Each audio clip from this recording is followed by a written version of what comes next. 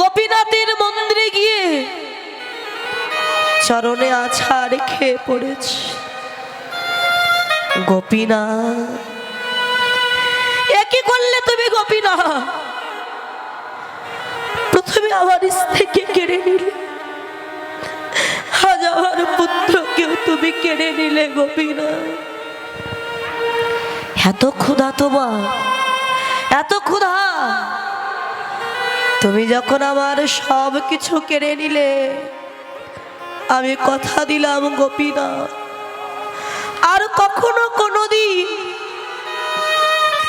তোমার কাছে আমি আসবো না, কখনো আমার দুঃখের কথা আমি তোমায় জানাবো না, কোনোদিন আমি তোমায় ডাকবো না।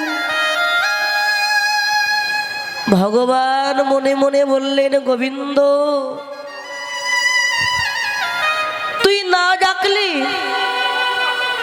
আমি কোনোদিন তোর কাছে যাব না। তবে যেদিন একবার গোপীনাথ বলে ডাকবি, আমি পৃথিবীর যেখানেই থাকি না কেন, আমি তোমার কাছে এসে দাঁড়াবো।